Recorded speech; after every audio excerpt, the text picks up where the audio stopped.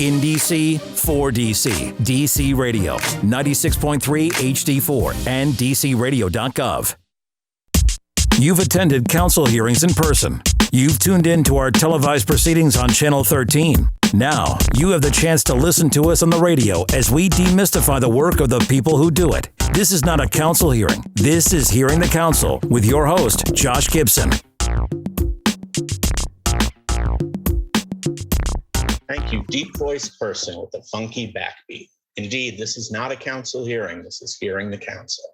You can't have a government without a council, so you can't have a government radio station without a council show. This is it.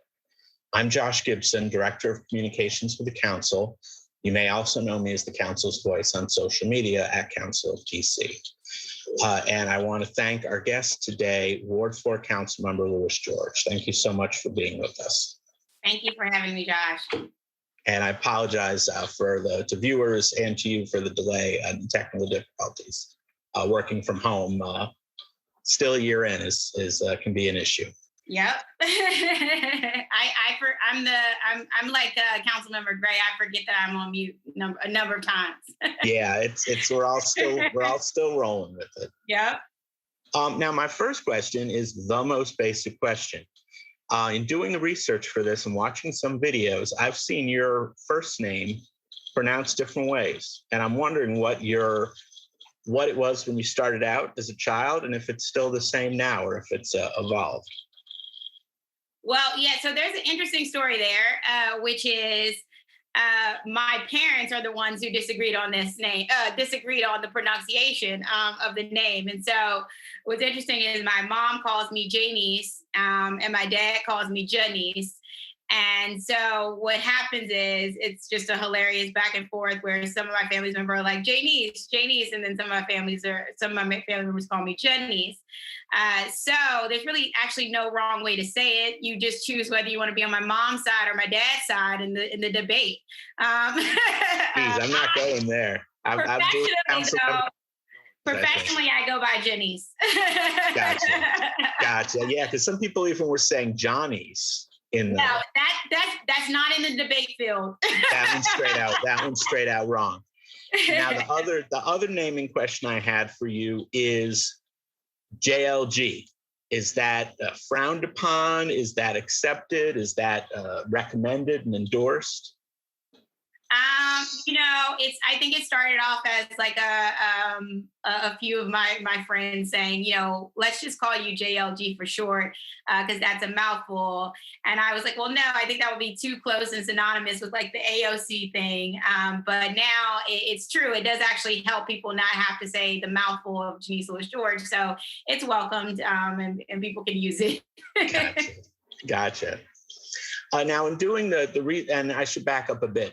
Our first Hearing the Council interview with each council member is always biographical, getting to know you, hopefully trying to dig up a couple interesting biographical details we can chat about. And then the subsequent interviews are all about policy. So some of this is going to seem a little obscure, but the idea is to let people get to know you as a person before we dive into the hardcore public policy. So in doing the background research for this, someone who really jumped out at me was your grandmother. And it seemed like she showed up in the stories. Now, first of all, one thing that interested me was it seems like she lived around 13th and T, I heard you mention. Absolutely. Yeah. And you said in one interview you'd go with her to the flea market. Yes. Now, I remember that flea market. I went to that flea market. Now, I'm not sure how old you were when you went to the flea market, but are you a flea market person, or were you just keeping your grandma company? No, I'm a flea market person. This blazer is from a flea market sale. And so this shirt is vintage, so I'm right there with you. It is. So I'm a vintage lover, but yeah, my grandmother would always walk us around the corner to the flea market. And we would go shopping for anything, and we'd always be able to pick out one thing. And so that was always just a fun thing we did. And then we go to the flea market, and then we go to Ben's Chili Bowl. which is right up the street, right there near the flea market. And we'd always get a half smoke from Ben's Chili Bowl. And then I would say, Grandma, can we get ice cream right after? Because that market is still there on the corner of 13th and T Street, that corner market.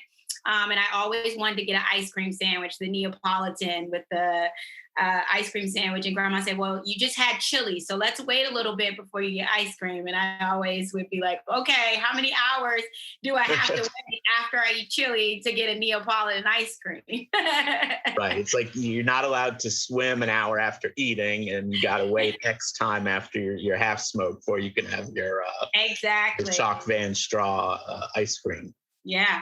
And so have you always been in the vintage clothing category, or for your item, did you get different stuff, toys sometimes, or at the same time?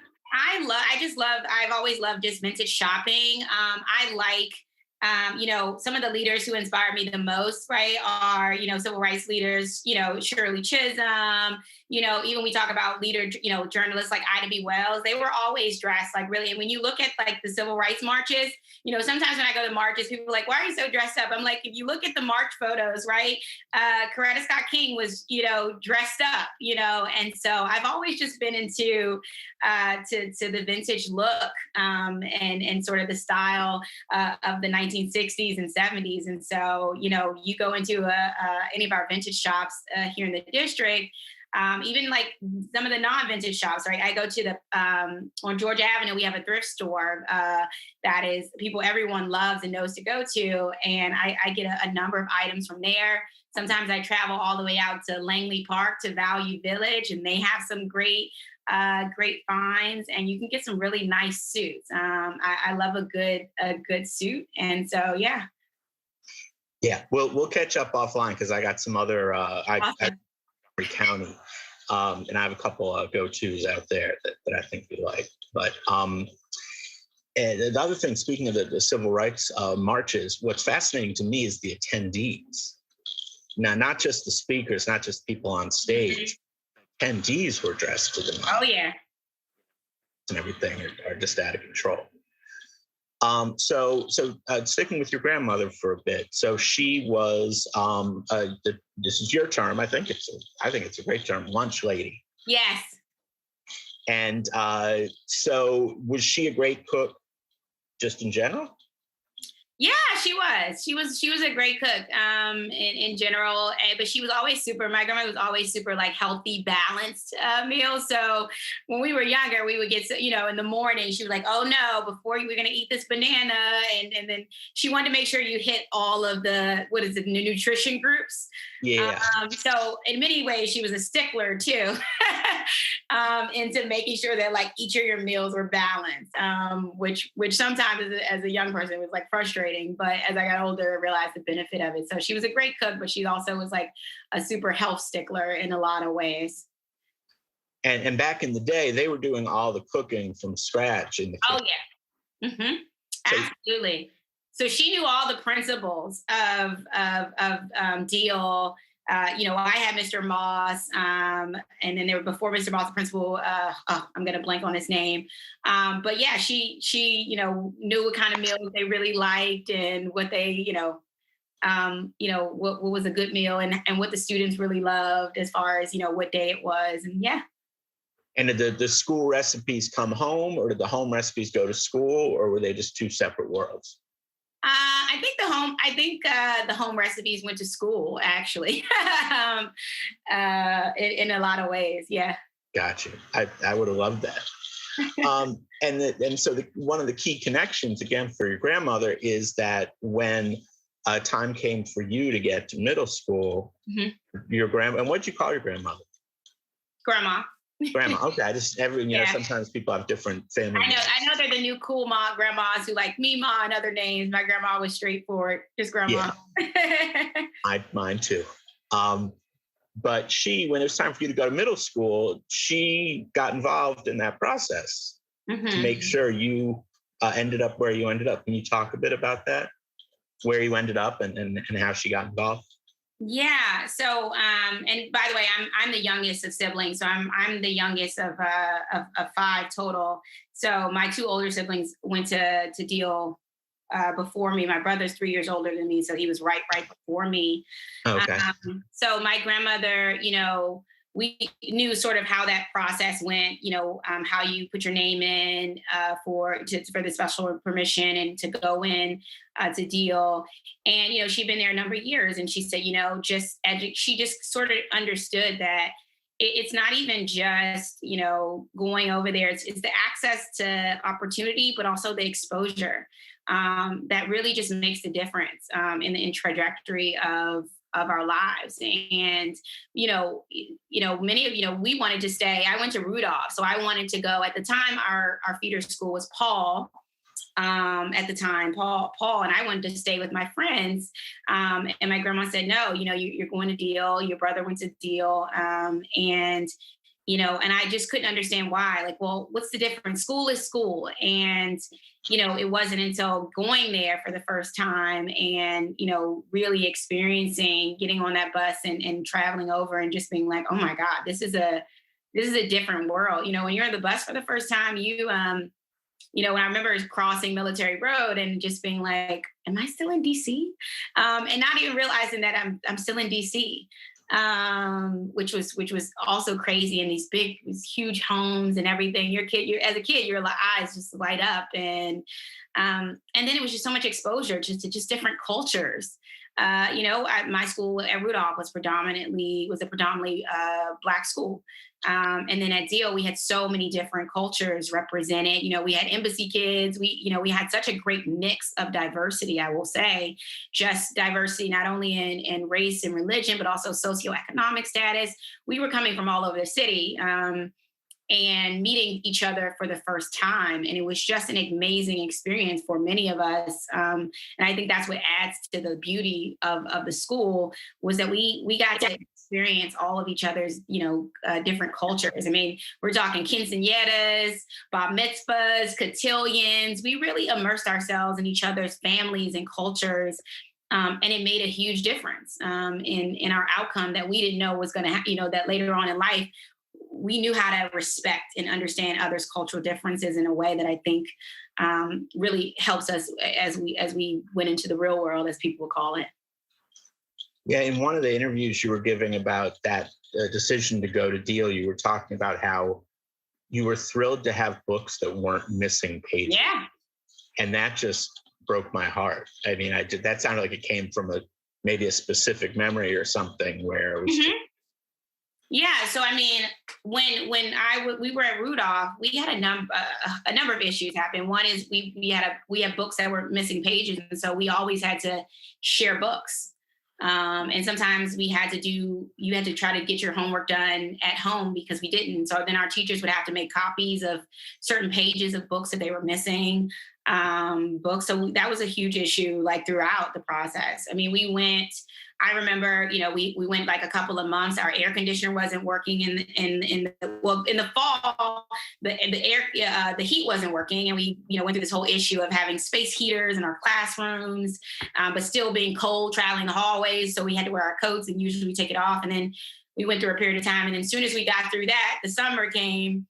And it was the total opposite, right? Our air conditioners weren't working. And so then we were trying to find ways to get our air conditioners to work. And, I remember we had that same issue happen at Deal, but the difference is like we had a PTA, a strong PTA at Deal where, air conditioners, we can get it. But at Rudolph, I mean, all of our, our parents are working class families and we didn't have really the resources to do that. So, we went a couple of months without having, the proper heat and then the proper air for our school. So it just always felt like, it was always something. And I didn't know that it wasn't normal. Here's the thing. You just don't know that's not normal. And so you go to another school and they're like, oh wow, no one's sharing books. I get my own book.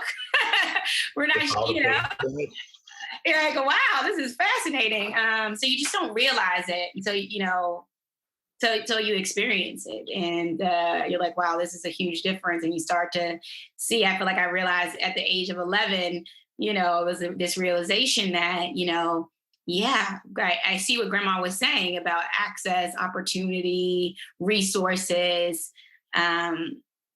It just was a huge, huge difference. Yeah. Now it seems like your activist days started early. When you were at Deal, and then on to School Without Walls, and so I jotted these down from the watching interviews. You Metro Teenage peer mentor, YMCA youth mayor, student rep on the Board of Education. Yeah. Talk about where that passion to get involved, even at that age, came from, and maybe a little bit about a couple anecdotes from that time. Yeah, I mean, it all goes back to my experience. The first question you asked about Deal, right? I mean, I'm at 11 years old realizing, wait a minute, there is a complete difference here in access and opportunity. And it's based on, at the time, it was based on factors of like where you live or where your parents worked or what your parents did. And the reality is that, so I was excelling, going well in education, but, I had peers who I went to school with at Rudolph who I just saw start to go in a different direction. And then some went in different directions and some didn't have the same opportunities that I had. And so I'm going home every day going to a school every day where I feel safe and protected and cared for and resourced well. To getting back on the bus and going home to a space where I don't feel safe, I don't feel protected, I don't feel we have resources. And so it was really at a young age where I was like, something is wrong about this. I don't know what it is, but I'm just going to name it. I'm going to name it. I'm going to start talking about it. And really, a lot of my teachers, sort of were like, yeah, you're right. You should name it. You should talk about it. That should be something you speak of. One of my history teachers at Deal actually lived right across the street from me, and said, you have this voice. Why don't you use it? Why don't you talk about some of these things? And so that's sort of how I got involved and just said, I just want to name what I'm seeing. And wonder if everybody else is seeing what I'm seeing as a young person. And that's how that happened. And the more that I spoke up and the more I got involved, sort of the more, activities people suggested, YMCA Youth in Government, came to our school at School Without Walls and said, we're looking for some people to do some legislative look at the government and how it works. You should do it. And my teacher's like, yeah, absolutely. So I ended up doing YMCA Youth in Government. And that took me to, we had it was a national network. So we had to go to, the Conference on National Affairs where, and then I realized when I got there that everybody else had a youth governor and then we only had a youth mayor. So, right, this is me, statehood is coming. Oh, yeah. Statehood is impacting me now as a young person. I'm like, wait, why am I the youth? Why am I only the youth mayor? Why am I not the youth governor? Right. And so all the issues, statehood started to come up and we were debating issues, at the Conference on National Affairs and all those issues. And, the school board piece was a particularly interesting. I think the school board, when I served on the school board, you remember I was there with, the president was Peggy Cooper Kafritz of the school board. The superintendent was Dr. Janey. We had William Lockridge from Ward 8. Tommy Wells was on the board, Victor Reynoso. I remember all our school board members because we had a really good relationship, and those were also some really great leaders with all different personalities. So it was fun to sit on the school board with some of the most, I think, dynamic leaders we've seen in our city. And they always, even though I didn't have a vote, right, they always said, they always came to me. They always made a point to come to me and say, hey, I know you don't have a vote, but what's your stance? What's the youth stance on this? And it just made a huge difference that they always were willing to listen to what the youth response was and also allowed me to really key in on the debate. I raised my hand and was like, okay, school board member, what do you have to say? And give some real perspective from the student perspective. So that was great. And am I remembering correctly that position does not exist anymore? The student member of the school board, or does it? It does. It still exists now, but under the School Board of Education. So I think Alexis is the school board member now for the State Board of Education. It's just a different entity, right? That's the State Board of Education. This was pre-mayoral control.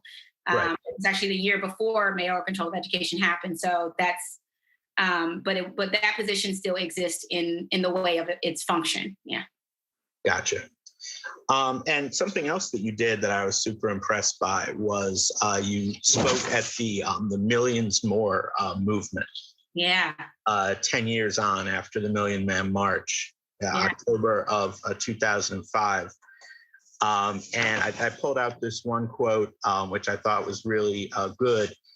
You were standing literally right at the foot of the Capitol and saying, but behind these walls, the residents are facing gentrification within our own city, ignored poverty, poor public school education, et cetera. So I want to say you're staying on message. That could have come from a speech, before the council right now. So absolutely. You were on point back then.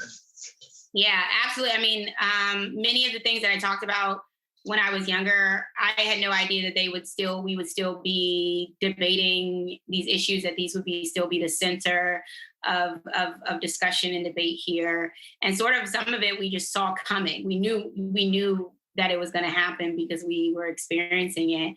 And so, yeah, I mean, someone was like, when I was youth mayor, we did the State of the City address. As youth mayor, you have to give the State of the City. And my State of the City address was focusing on, I talked about my grandmother and I said, I want to make sure that my grandmother can live here and stay here, and that, anything that happens in the city, honors her life, her legacy, right? And so I still feel that same way today. Yeah. And also from that same time, there was another quote that I thought was particularly interesting. There was a post profile, and it quoted you saying, you're talking to other youth, and you're saying, when you see city council members, don't let them just shake your hand. Ask them what they'll do if you or your parents vote for them. Ask your parents who they're going to vote for, if they're even going to vote. Yeah. Now you're the council member. So are you having those kind of interactions? Are you having youth who are holding your feet to the fire and, directly and closely involved in what you're doing? Absolutely. And, one student in particular, Lyric Johnson, who was one of the leaders of the Washington Met fight, right? When we fight on Washington Met. I really had such a special place in my heart for the Washington Met students when that fight was going on. I just saw them going to the Wilson building, and I was like, yes, I'm so proud of them. So I went over to Washington Met and had a conversation with them about how important it was what they were doing. And then after the vote happened, I knew that they were probably, disappointed and hurt and felt like, oh, I did all this advocacy and we didn't get the result. And so I wanted to go there, and I had the opportunity with their school counselor, Brian Wheeler, to go to them and say, listen, every time you raise your voice, it makes a difference. This is a fight that's long and hard. And when I didn't want them to experience, apathy at a young age. I wanted them to know that they had an impact, and they will always have an impact. And so I encourage more youth to do that work. And so every time we see that young people getting out there and fighting, it was important. I remember when the Banneker fight was happening, the Banneker students going down DC Council. And I'm like, yeah, there y'all go. There you go. Use your voice. So I always encourage young people to fight. The young students at Wilson are fighting for their librarian. And I'm just delighted. I'm like, yeah, they're flooding my email boxes. And I'm like, I welcome it. Look, it's a powerful thing when students start standing up for their educators and standing up for their administrators, right? Absolutely. So you think you're living up to your own standards that you were going to hold council members to in 2006? Yeah, absolutely. Okay, so let's scoot a little bit forward in the time frame. And so when you were going through law school, and I couldn't believe this wasn't in any of the articles, and it couldn't be less important, but I still just want to know, when you were putting yourself through Howard University Law School, the articles all say you were working 2 jobs and you were waitressing. And I was just wondering where you were waitressing. I waitress at Fire Station Restaurant in Silver Springs. It was right over the border. It's a former fire station house.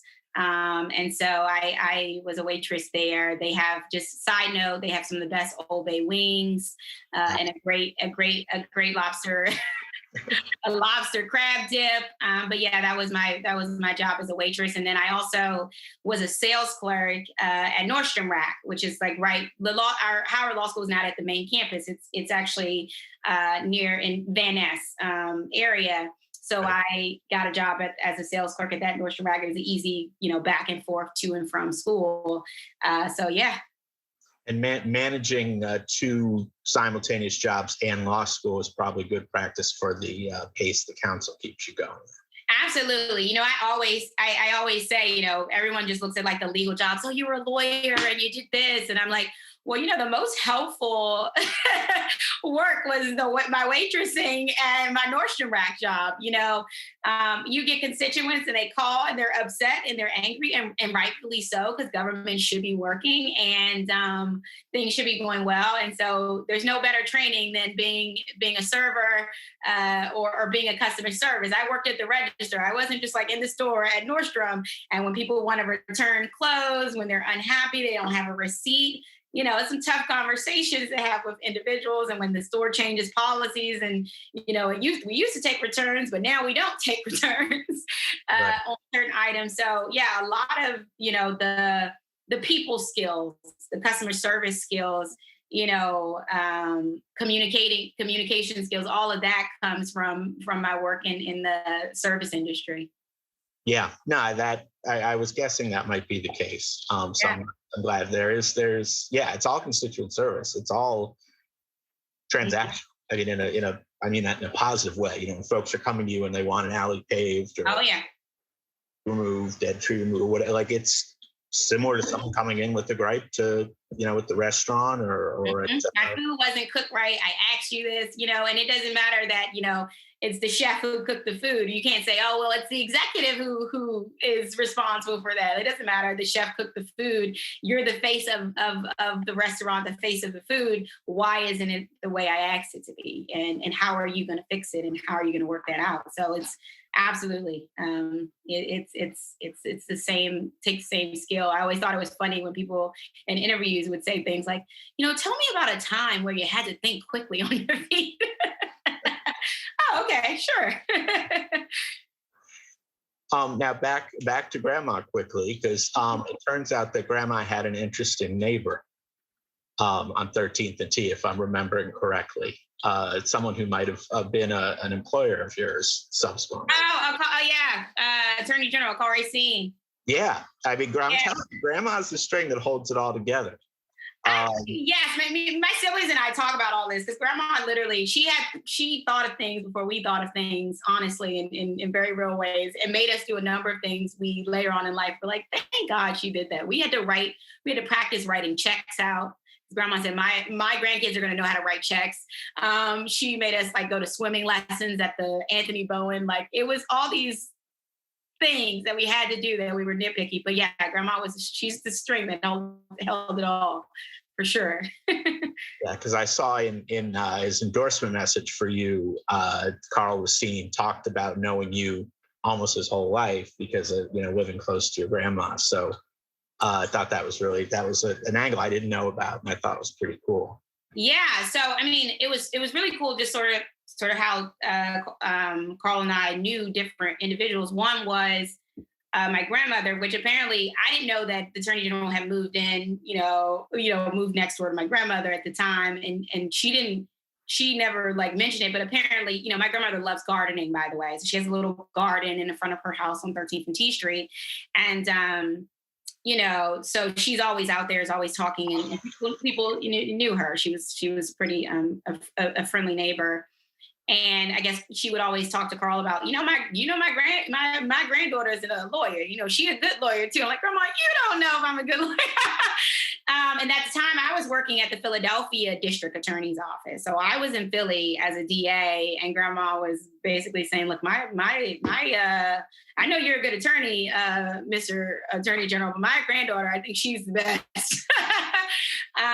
And so it wasn't until when my grandmother got sick and ill it was really after the, when she got sick that, Carl, I first met the Attorney General as just the neighbor next door who was offering any support or help that he could give to help my grandmother and all those things, which was awesome. And so he was a great neighbor, great to my grandmother, and spoke at her funeral, which was really touching. And then the other connect point there was a professor of mine, Tamar Meekins, and my Howard Law criminal law professor, and she was Carl's mentor at UVA Law School. So when Carl was a 1L, she was the 3L. And my Tamar, Professor Meekins was a fierce litigator. She worked at the Public Defender Service, and she said Carl followed her to the Public Defender's office. Apparently, so the story goes. And Professor Meekins actually was the deputy of public safety at the Attorney General's office. And I didn't know. So when I'm at the third round of interviews, and they're like, the next person you go to is the deputy of the public safety division. So I'm nervous. I walk into the interview, and I'm like, Professor Meekins? And she's like, hey, Miss Lewis, how are you? And it was just hilarious to see my professor. And this is like a professor where I cried in her office. You don't cry in every professor's office, but I cried in her office 1L year. Like, I'm just not understanding actus reus, mens rea. And I end up, getting the amjuring the class, which is like when you at the final you get the highest grade. So I end up getting the highest grade, and I because by the time I finished crying in her office every day, I had sort of learned, like, okay, this is how I need to write this final essay. So it was just a coincidence, and literally 6 months into, I got hired, and 6 months into me getting hired, I had no idea when she interviewed me that she was battling with the stomach cancer. And so she unfortunately passed away, while I was serving as an attorney general. And it was just interesting because she was a mentor to me and a mentor of Carl at different points in our lives, but it had such a strong impact. And she was just really a phenomenal litigator, one of the best in this world, for sure. Yep. Some folks who are mentors tend to be serial mentors. Yes. They tend to, yeah. Yeah. Even now with the president of the Washington Teachers Union, Elizabeth Davis, so many stories are coming out. And I thought, Elizabeth Davis is a mentor to me. And then I hear so many other stories, and she was that same mentor to so many other young women. Now, talking to you during your time in Carl Racine's office, you were a prosecutor, mm-hmm. but you are a well-known progressive. Mm-hmm. And I think a lot of, Twitter trolls or whatever would say, how can you be progressive and a prosecutor? How does that fit together? Mm-hmm. Is that a contradiction in terms, or is that kind of a perfect pairing to have those two mindsets simultaneously? Yeah, that's interesting because speaking of my Professor Meekins, the first thing she said to me when I went into that interview, and it ties back to this, is, so how's your theory going? So at Howard Law School, as you know, Howard Law School is, speaking of like civil rights activists and, Charles Hamilton Houston, Thurgood Marshall. And one of the biggest debates in our law school around criminal justice is, should you be a prosecutor? Should you be a public defender? Once people know you're a litigator, you sort of have to choose which route you go. And most of our professors are public defenders, and a number of our professors were former prosecutors. And so, I had two professors on both sides of this. And I took on the stance in law school, after doing, mock trial and everything, that like the prosecutor has a lot of power, right? So we went in, we observed courtrooms, and I would observe, some of my professors who were the fiercest public defenders,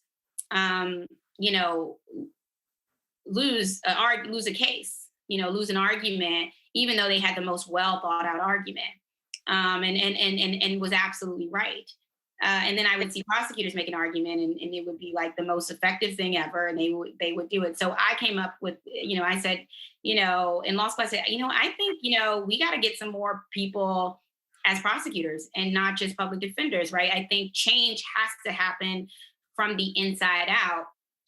not the outside in, or at least simultaneously. We can't just leave, be on the outside fighting and then leaving, all the power to the inside to hear our argument. So it was interesting when Professor Meekins asked me that question, how's your theory going? Because she was under the theory that I should be a public defender, for sure. And I said, well, I'm learning some things about my opinion. And one is that, yes, we have to be inside of as prosecutors in the inside, but not, as a naive young law student to myself, I didn't think, yeah. And what happens also when the powers on the inside of those offices reflect the same power, the same problems that are existing outside on the outside, right? So you, as a young prosecutor, telling your supervisors, hey, I don't think we should prosecute this case. I don't think this is the right way to go. How much power can you wield in an office that will suppress that, right? So you have to be under, actually, all the things have to be in your favor. You have to have leadership who is on the same page as you. And so when I got to the Attorney General's office, I saw that as a welcome opportunity to be able to see, does this theory work in practice? Can we make a difference on the inside and work on the outside? And, I think my answer to that is still yes. And that it is absolutely necessary on the same token for us to have the same willpower within the inside and also influence the outside. Until our criminal justice system is working in the way that it should, we absolutely have to be there. So were we able to make a huge impact? Absolutely. So many cases in the power of discretion. Like, is this a case we need to charge? Is this a young person who we can save and not put into this cycle of the criminal justice system? And so, yeah, I welcome it. Whenever there's any like negativity or about it, I always am like, look, let me tell you how this looks in practice and works in practice. If I dismiss a case before it gets to a judge because I already see that things were unconstitutional, it's way more powerful than us leaving it up to a judge to deny or a motion to suppress or grant a motion to suppress. It doesn't even get to the point of that. And I think that makes a huge difference. I know it does. We're unfortunately starting to run a little short on time. I have two last questions. No, it's good. It's good. I don't want to hold you up. But two last questions. One is, I love to compare in my head looking across history, what makes a perfect council member? Because you have your former staffers, you have your former ANC commissioners, and now you have a core group of former Carl Racine staffers. What is your argument for what? And you spoke a bit to this already. To what would make a former someone who worked in the Attorney General's office better wired to be a council member than former council staff work or ANC work? Oh, that's a hilarious question. Look, I don't know that, a former attorney general is necessarily, better at than, other coming from other offices. I will say, coming from the attorney general's office, you get so many great perspectives because you touch all of the city in your work. And you also work with so many different agencies that are supposed to be delivering services to people. And so you get a real sense of how, not only of how government works, but how government isn't working because of the nature of being at within the Attorney General's office. And I think that's really, a helpful insight into that. I mean, you're in an office with 300 other attorneys. And so when it comes to like weighing issues and debating, it's like, we thrive off that. We enjoy the idea of thinking one of us has the better argument or who has the better argument. And that was one of the best parts of the Attorney General's office, the idea that we could feed off each other and bounce ideas off each other in a very real way. And I think that was key. And it was just a I would say well-run office. And there were so many ways you could touch in different issues. So, we always could get a chance and opportunity to go to the Housing Justice Committee, a part of the office. Our commercial litigation unit was like fierce, and we had no problem letting others like touch in and see what's happening in other spaces. So you really got an ability to hop around and get varied skills and varied expertise. But what I will say is that I think all of us, the Attorney General's office, it's just happenstance that it really is happenstance that I come out of the Attorney General's office and run for office, because really the root of me running for office, I don't know that Carl knew all of who I was and all my past. He really didn't, honestly.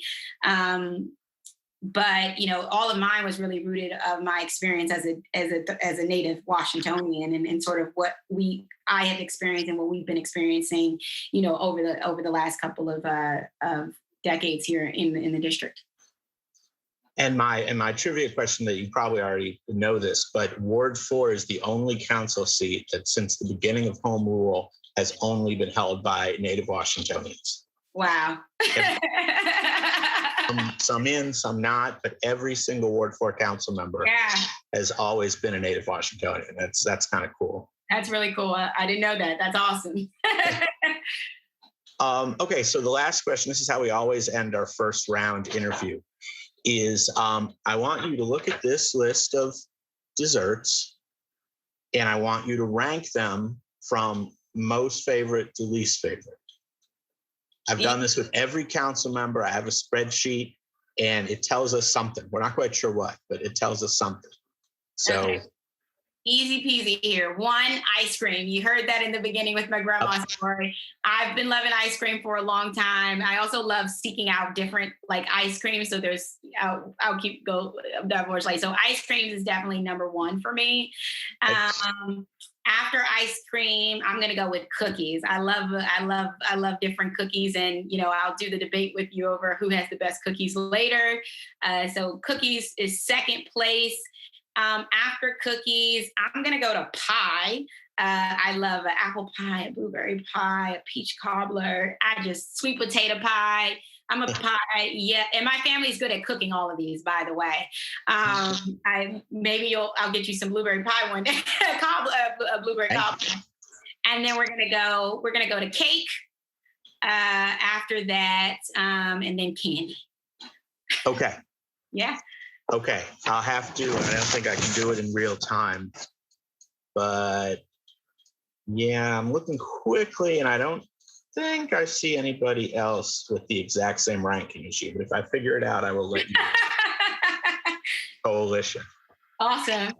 So anyway, we are unfortunately out of time. I'm very grateful to you for taking the time out of your busy, stressful day to do something, hopefully a little fun. And like I said, you're welcome back whenever you want. All the future interviews will be policy driven. So whatever topics you have trouble getting them to spend a half hour on mainstream radio, we can tackle them here. So you're welcome back whenever you'd like.